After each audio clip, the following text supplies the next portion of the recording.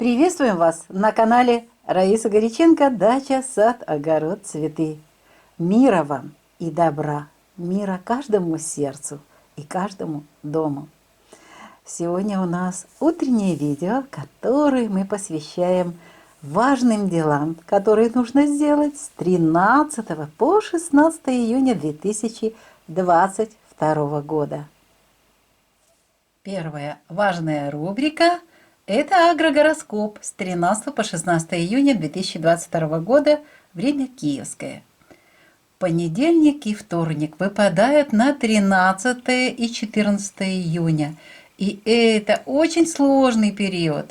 Вообще все эти дни, весь этот период очень сложный энергетически. Это время сожженного пути полнолуния. И 14-го это полнолуние, причем в Стрельце. Очень сильная энергетика, так что берегите себя в первую очередь, предупреждаю. И еще мы будем говорить о здоровье, но в данном случае очень хорошо, что выпадает вот этот знак, и хорошо, что в этот период не надо ничего делать, особо физически не напрягаться. Очень сложный период, еще раз повторяю. Ну а что мы можем сделать? Естественно, с посевами и 13 и 14 ничего мы не делаем. С рассадой тоже ничего не делаем, даже ее не трогаем. Вот для цветов, для наших цветников очень хорошее время проводить защитные мероприятия от вредителей и болезней. Причем в знаке стихии огня очень хорошо работать в это время, и тем более это полнолуние, сожженный путь полнолуния, биопрепараты или настои трав. Но ни в коем случае в этом знаке никаких настоев золы. Древесная зола в это время очень опасна. Никаких настоев соды, химические фунгициды.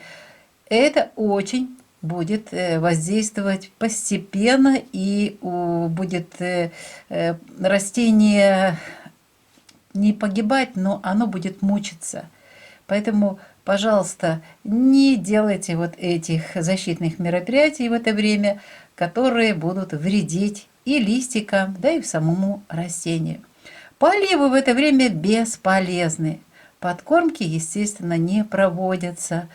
И из-за того, что это знак стихии огня, и из-за того, что это полнолуние. Энергии очень много. Не только человек сейчас, в этот момент полнолуния будет получать очень большое количество космической энергии, но и Земля, и растения, и все, что находится на Земле.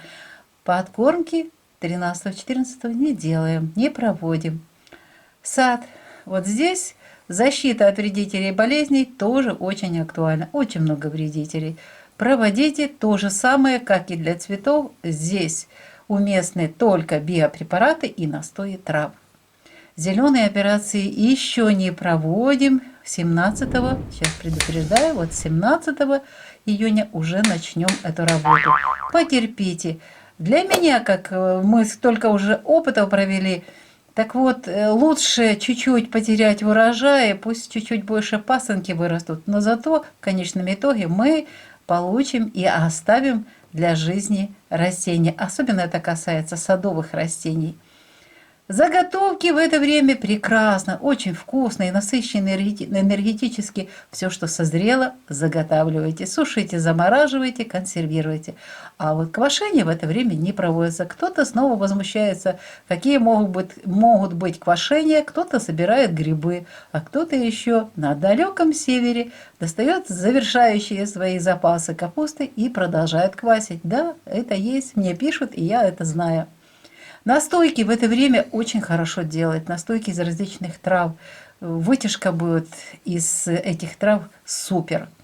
Рыбалка отменяется. Полнолуние, знак стихии огня. В это время, в полнолуние, рыба не ловится. Не хочет она идти на крючки. Она тоже занята вот этим давлением. На нее давит космическая энергия, и она идет на дно. Сбор лекарственных трав. Вот я хочу здесь буквально парочку таких предложений сделать, акценты. Акценты касаются того, что вот в период полнолуния очень хорошо собирать лекарственные травы, потому что в это время наибольшее количество вот этой энергетики, позитивной энергетики, лечебной энергетики в лекарственных травах. Но если вы частицу травы этой заберете, листики или цветочки, растения будут мучиться. Поэтому постарайтесь в это время ровно столько, сколько вам надо. Собрали немного этих трав полностью, вот, травку-муравку, а другие оставьте, потому что будут и семена нужно на следующий год, и другим людям надо, и в другое время. Поэтому используйте вот этот момент, очень важный момент для сбора лекарственных трав и заготовки, для того, чтобы себе подготовить нужное количество и оставить для потомства вот эти травы, для размножения и для других людей или для других периодов.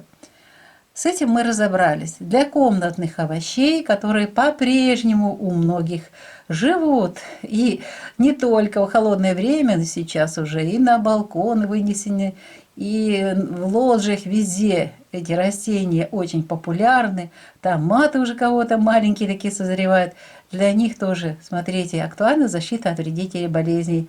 Белокрылка сейчас откуда ни возьмись, да бабочки летают, поэтому будьте внимательны. Профилактика и тоже биопрепараты или настои трав. Итак, сложный период полнолуния, самой вот этой наивысшей точки энергетической, наиболее сильной, 14 остается, но эта энергетика еще резко так не, она постепенно всегда уходит. Поэтому нету такого, что вот полнолуние завершилось в 14, а уже на следующий день мы уже будем сеять, садить. Нет. Даже хороший знак. Но сожженный путь полнолуния – это 48 часов, 24 часа. Вот 24 и еще 24 до 14 часов 53 минут до 16 июня. Вот этот период.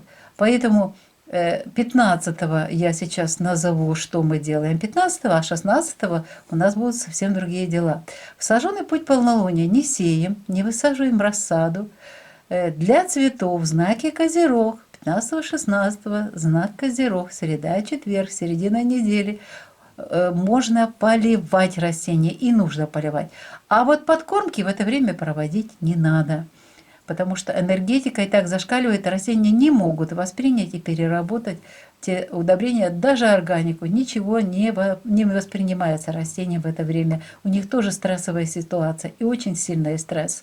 Итак, в это время у нас для цветов поливы и защита от вредителей и болезней. То же самое для комнатных цветов и растений. Поливы в это время проводим, подкормку еще раз. Видите, я эти дни убираю подкормку. Мы пробовали делать, действительно никакого эффекта нет, только угнетающее состояние дает подкормка в это время. В саду поливы актуальны и защита от вредителей. Зеленые операции еще не проводим, напоминаю, 17-го начинаем эту важную работу. Заготовки прекрасно. И вот здесь момент квашения начинается. Квасить капусту очень хорошо. Настойки тоже очень хорошо делать. Ну, а рыбалка пока еще отменяется. Сбор лекарственных трав тоже. Дальше мы рассматриваем эту ситуацию. Тоже хорошо собирать. Кстати, здесь все растения можно собирать. И корешки, и вершки. Все здесь очень будет ценным. Для комнатных цветов или овощей поливы и защита от вредителей болезней. И вот начинается момент, когда уже завершается сожженный путь полнолуния после 15 часов 16 июня.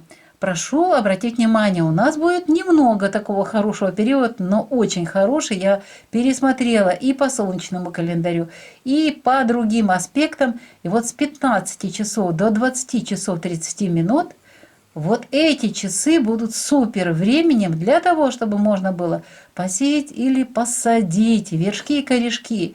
То есть все, что вам нужно посеять и посадить, из всех видов растений, здесь все можно. Здесь очень хороший вариант. Мы уже много лет испытываем, и наши зрители постоянные уже знают, что нужно вот этот кайф ловить. Или телец сразу же после сожженного пути полнолуния, или козерог. Мы всегда стараемся использовать этот период, супер время, поэтому используйте тоже. Ну и рассаду можно высаживать любой с 15 часов до 20 часов 30 минут. И для цветов, и для комнатных различных растений здесь очень актуально. С 15 часов до 20 часов нужно нарезать черенки, укоренять эти череночки, высаживать, пересаживать вот эти уже полученные рассадные растения. Все это можно делать. И поливы здесь тоже можно проводить для этих растений.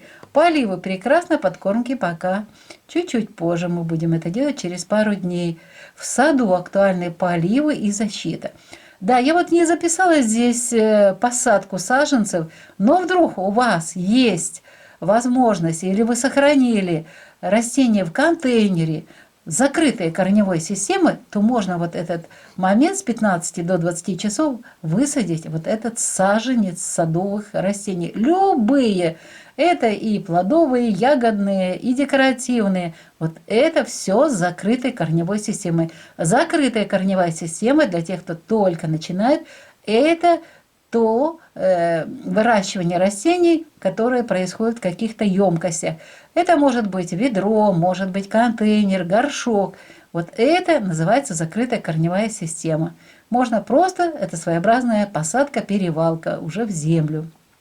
Зеленые операции, несмотря на то, что козерог, еще не проводим, сожженный путь полнолуния. Заготовки прекрасные получатся, квашение тоже хорошо.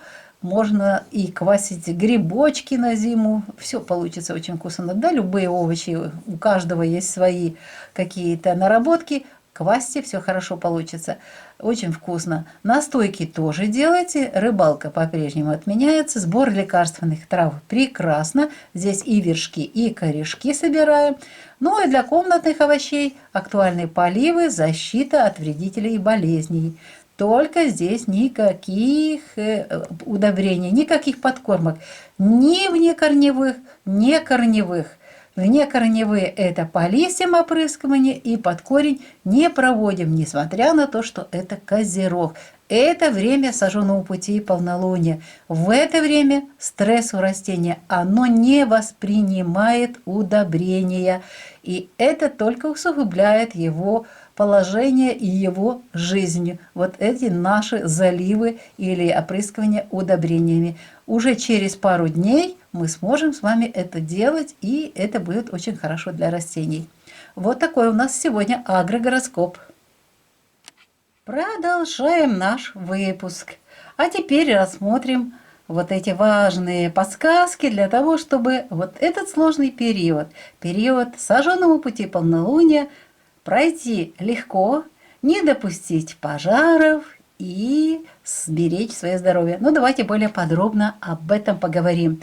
Пожар пишу, видите, пожар красным таким и большими буквами 13 и 14.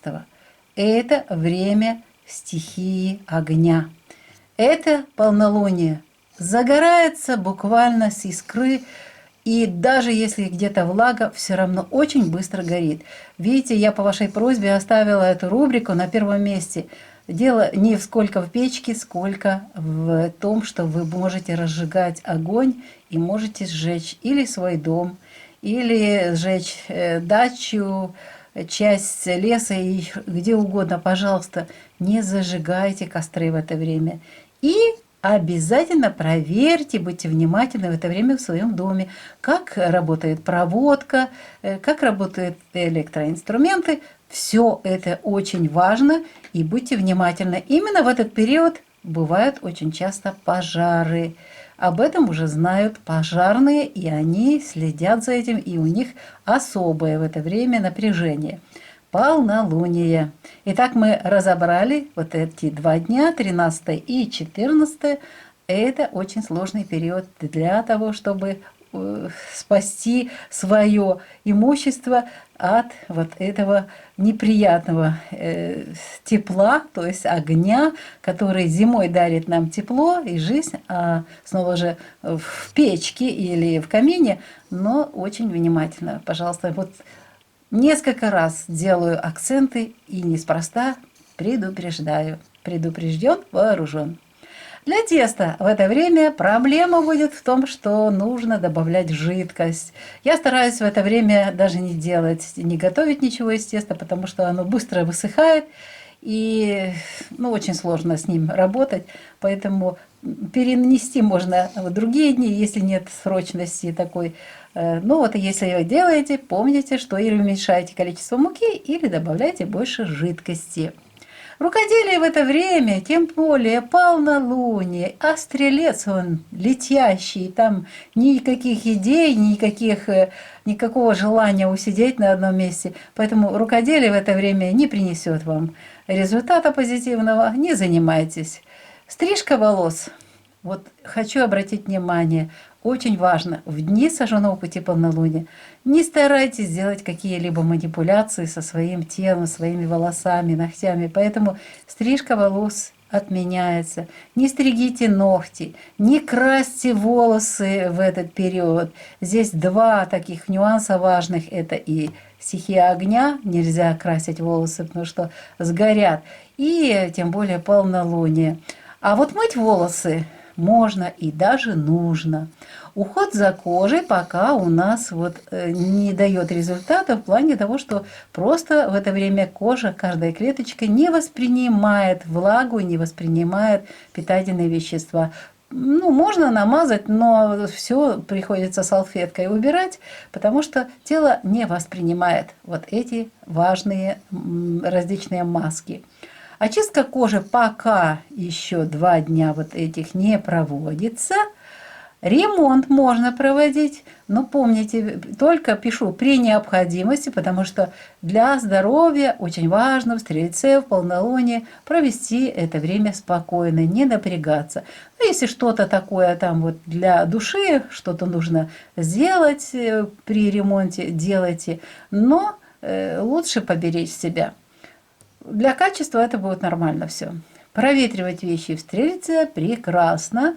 Стирку не затевайте, уборку тоже и инкубацию не начинайте. Очень сложный период, и здесь результата позитивного не будет. Идем дальше. Козерог, 15 и 16 июня, сожженный путь полнолуния, продолжаются эти энергии, но здесь уже знак Козерог, это знак стихии Земли. Здесь более спокойно будет с огнем, поэтому пишу нормально. Для теста тоже, кстати, очень хорошее время. Вот здесь надо бы сделать вареники с вишнями. Вот у меня такие планы есть. Рукоделие. Конечно же, творчество, Козерог очень любит, поощряет, покровительствует тех, кто занимается творчеством. Вышивка, что хотите, что вы будете делать там для дома. Любые виды деятельности, все это очень хорошо получится. Кстати, это же сожженный путь полнолуния, прекрасное время для того, чтобы вот эти идеи новые, которые будут просто бурлить в голове, записывайте. Вот это время Козерога запишите. Потом очень хорошие получаются прекрасные вещи. Стрижку волос не проводим. Это еще очень сложный период для нашего организма.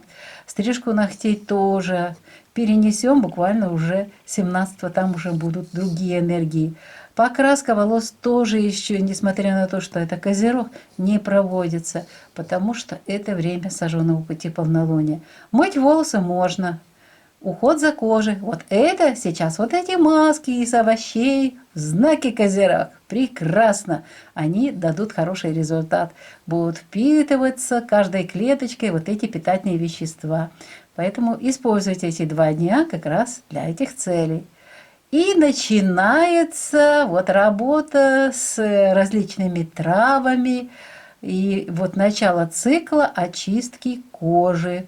Вечером начинаем этот курс. Это многие с чистотелом работают, он сейчас цветет. Можно начинать 15-го вечером. Ремонт не делаем, отвратительно получается. Проветривать вещи бесполезно, казалось бы, даже если сухая погода, какие-то запахи все время притягивать неприятные. И стирка, и уборка в эти 2 дня, в среду и четверг, пройдут хорошо, можете использовать.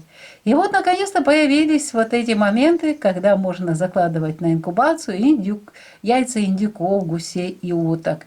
Это 15-16 индюки и гуси. Я хочу вас просто еще раз объяснить, уже была эта тема. Вы всегда закладываете на инкубацию яйца тогда, и высчитываете количество дней, выход должен быть перед полнолунием, или же вот период где-то вот эта фаза 2-3 дня, или сама полнолуние и еще сожженный путь полнолуния. Вот если в это время выходят из яиц птички, вылупиваются вот эти малыши пушистенькие, то очень хорошее поколение получается, здоровое, крепкое. Вот этот момент себе где-то заметьте и знайте, что вот эти периоды очень важно именно выход получения вот уже этих птичек маленьких, для того, чтобы они затем радовали вас в своем хозяйстве возле дома и были хорошим подспорьем и для перьев, и для мяса, и так далее, и для радости, кому как, кто как, что этим занимается. Вот такая важная у нас еще страничка, и мы ее завершили. Ну а теперь пойдем дальше. Луна для здоровья. Итак, рассмотрим первые 2 дня, 13 и 14 июня, когда Луна будет находиться в Стрельце. И это полнолуние. И еще раз напоминаю, полнолуние – очень сложный стрессовый период. Будьте внимательны к своему здоровью. Ну а теперь рассмотрим, на что же влияет и за что отвечает Стрелец. Ведь в Стрельце уязвимы печень, тазовые кости, органы малого таза, бедра, кровеносная и нервная системы. Напомню, что кроме того, что нельзя в полнолуние вообще никакие операции проводить, кроме экстренных, в Стрельце очень опасно проводить операции на печени. Нельзя их проводить. Нельзя проводить другие полостные операции, при которых наблюдаются большие кровопотери, и нельзя проводить ортопедические операции. Кроме того, что может в это время быть проблемы с сердцем, это полнолуние, может быть ишемическая болезнь сердца, обостряются такие болезни, как цирроз, гепатит, гипертония и, кстати, опасные бактериальные, вирусные, паразитарные инфекции. Именно в это время они вспыхивают в Стрельце и очень быстро распространяются. Будьте внимательны, мойте руки и постарайтесь в чистоте сохранять свое тело и место там, где вы проживаете и где вы работаете. Зато в это время можно с помощью лекарственных трав, сейчас очень много ягод, зелени, используйте их для лечения органов дыхания. И также лечите мигрени, гипер- и гипотонии, щитовидную и вилочковую железы. Кстати, еще одно, в это время постарайтесь без каких-либо исследований медицинских, которые проходят с помощью различных внедрений, с помощью различных лучей. Это флюорография, которая используется для исследования организма. Пожалуйста, не проходите ее в это время. Она опасна. А теперь рассмотрим еще 2 дня, 15 и 16 июня. Уже Луна будет находиться в знаке Козерог. Продолжается сожженный путь полнолуния. Будьте внимательны к своему здоровью, к своему телу. В это время уязвимы желчный пузырь, скелет, костная система, то есть все кости, суставы, сухожилия.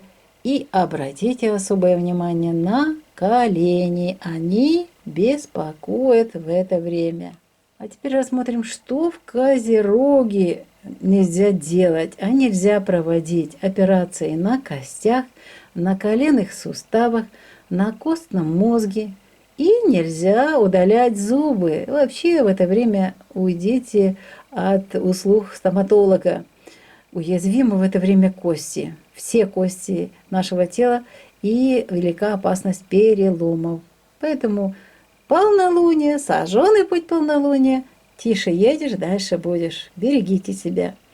И будьте внимательны, в это время еще обостряются такие болезни, как радикулит, желчекаменная болезнь, межпозвонковые грыжи, остеохондроз, артрит и артроз. Ну вот и все на сегодня. Этот выпуск завершается. Его подготовили, как всегда, Раиса Греченко и Александр Волик. Мы вам желаем здравия, хорошего вот этого прохода стрессовой ситуации, связанной с сожженным путем полнолуния, с самим полнолунием. Пройдите достойно, спокойно, мира каждому сердцу, мира каждому дому. Будьте все счастливы, радостны и успешны. Всего вам самого доброго и до новых встреч на нашем канале в новом видео. Пока-пока!